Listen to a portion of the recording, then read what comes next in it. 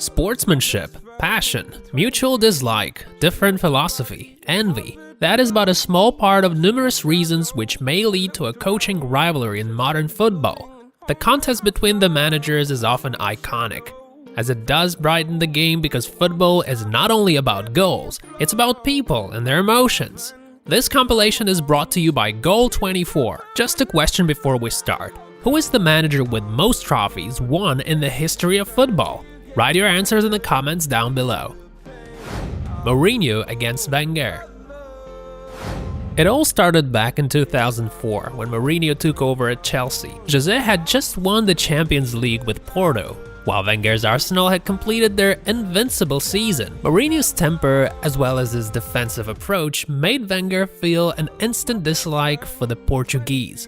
Once a sport encourages a team who refuse to take the initiative, the sport is in danger, he said. But it wouldn't be Jose if not for his unconventional response. I think he's one of these people who is a voyeur. He likes to watch other people. There are some guys who, when they are at home, they have a big telescope to see what happens in other families. He speaks and speaks and speaks about Chelsea. In his first season at Chelsea, Jose clinched the Premier League title and made his rivalry with Wenger legendary. The games were renowned for a large number of tackles, red cards, and also trash talk. Not only the footballers but the managers as well quarreled a lot and nearly started a fight once. In 2016, when at Man United, Jose stated he would meet Arsene near the stadium to smash his face, and the Frenchman said it back. The brawl didn't happen, luckily. As for the results, Mourinho is a clear winner with 10 victories and 7 draws under his belt, having lost to Wenger only twice.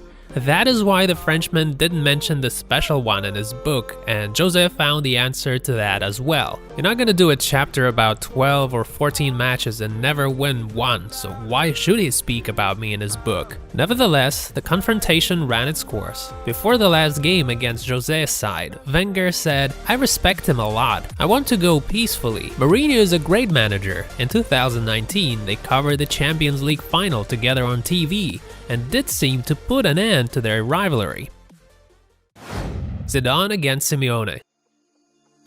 Not so fierce a rivalry unlike Mourinho and Wenger's, but only as far as managers are concerned. The players, however, always busted a gut and left everything on the pitch. They first met in the season 2015-16, and the winner was Simeone.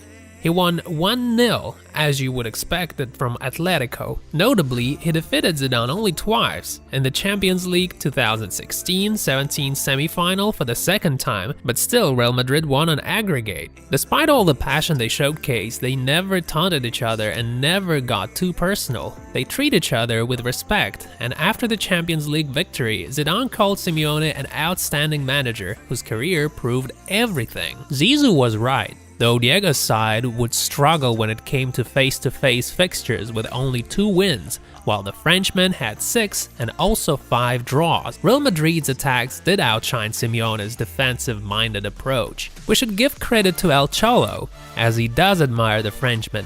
Zidane was a winner as a player and remains a winner as a coach. Few could do that.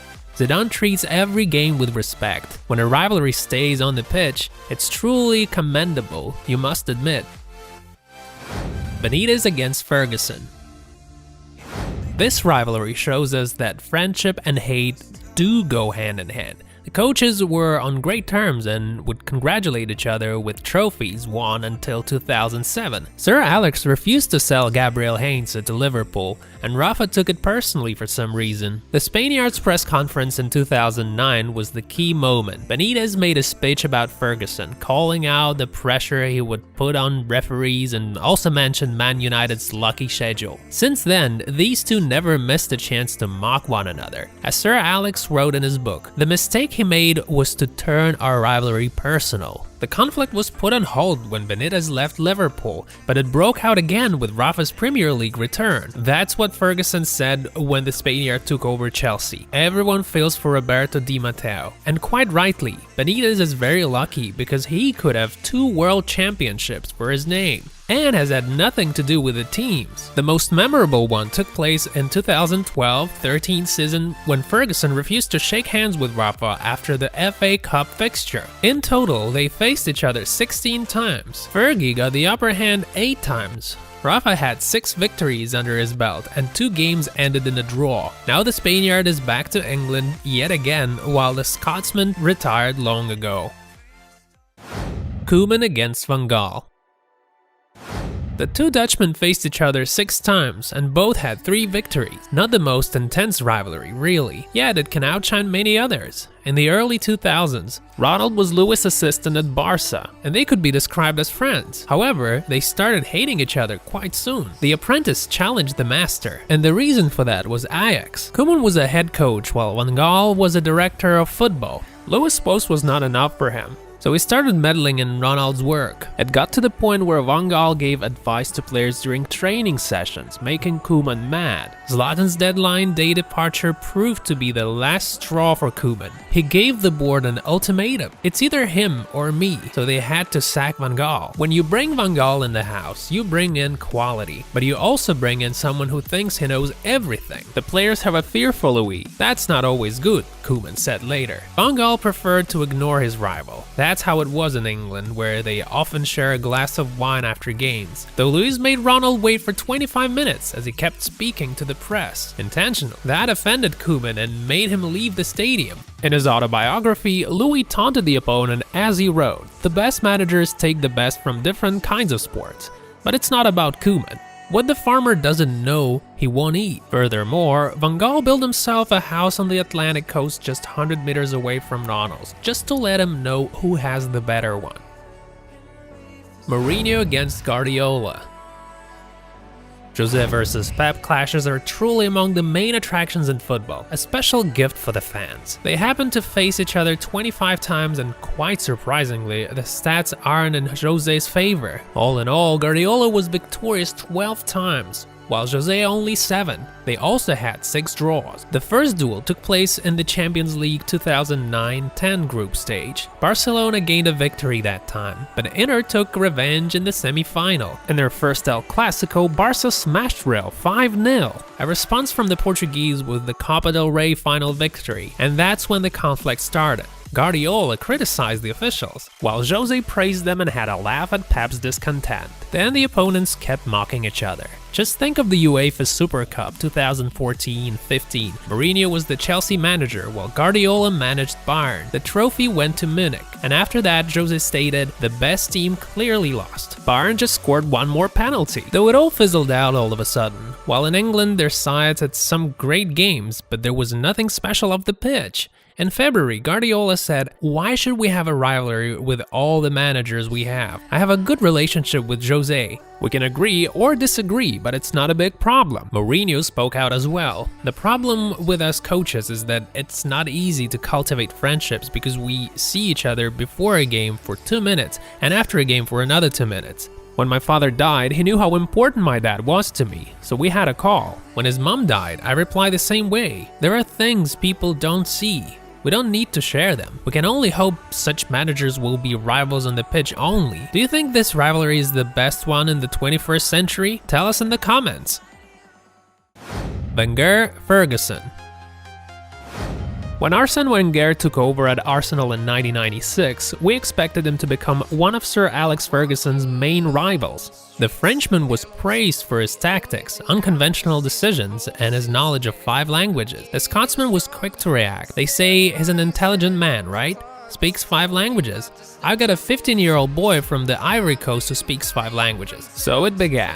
When Wenger complained about Man United's schedule, Sir Alex went on. "He's a novice. He should keep his opinions to Japanese football." The Frenchman, however, won the Premier League 2 years later, and thus he hinted the rivalry was meant to last long. And it did last long. 17 years is a record for English football. They had 49 face-to-face games, 23 wins for the Scotsman, 16 wins for the Frenchman, and 10 draws. Their players would often argue and accuse each other of diving or playing too rough, and that's why they were fun to watch. By the end of Fergie's career, he and Wenger seemed to be on better terms. The English media assumed Sir Alex didn't see Arsene as a rival anymore, while the French media believed they just got old. Anyway, they both confirmed the feud to be done with. It was absolutely fantastic. You're an absolute legend. I love the competition against you. We had some great times. Despite provocative words from the Scotsman, Wenger always thought of him as an ultimate manager. When there's a big rivalry, we had some heated moments and we had some big fights as well. But when the war is over, the respect comes in again because we both did just fine for our clubs. Klopp against Guardiola. This spectacular rivalry has lasted for 8 years now. Both Jurgen and Pep are pure geniuses, and their games include beautiful goals and unexpected tactical decisions. Their mutual respect is enormous. They both took each other's approaches to modify them so they could adjust to the opponent better. Pep usually prevailed in the domestic leagues, while Jurgen gained the upper hand in the Champions League. They first faced each other in the German Super Cup in 2013, when Klopp's Borussia came out triumphant. Jurgen won the battle, though Pep won the war. Though their rivalry was reborn in England, they both needed time to build the top teams. But eventually, they did so and made each of their face-to-face games a masterpiece. Just think of those crazy Premier League fixtures in Liverpool 3, City 1 in the Community Shield. Only 1 out of 21 games ended goalless. As it stands, they both have 9 victories and 3 draws.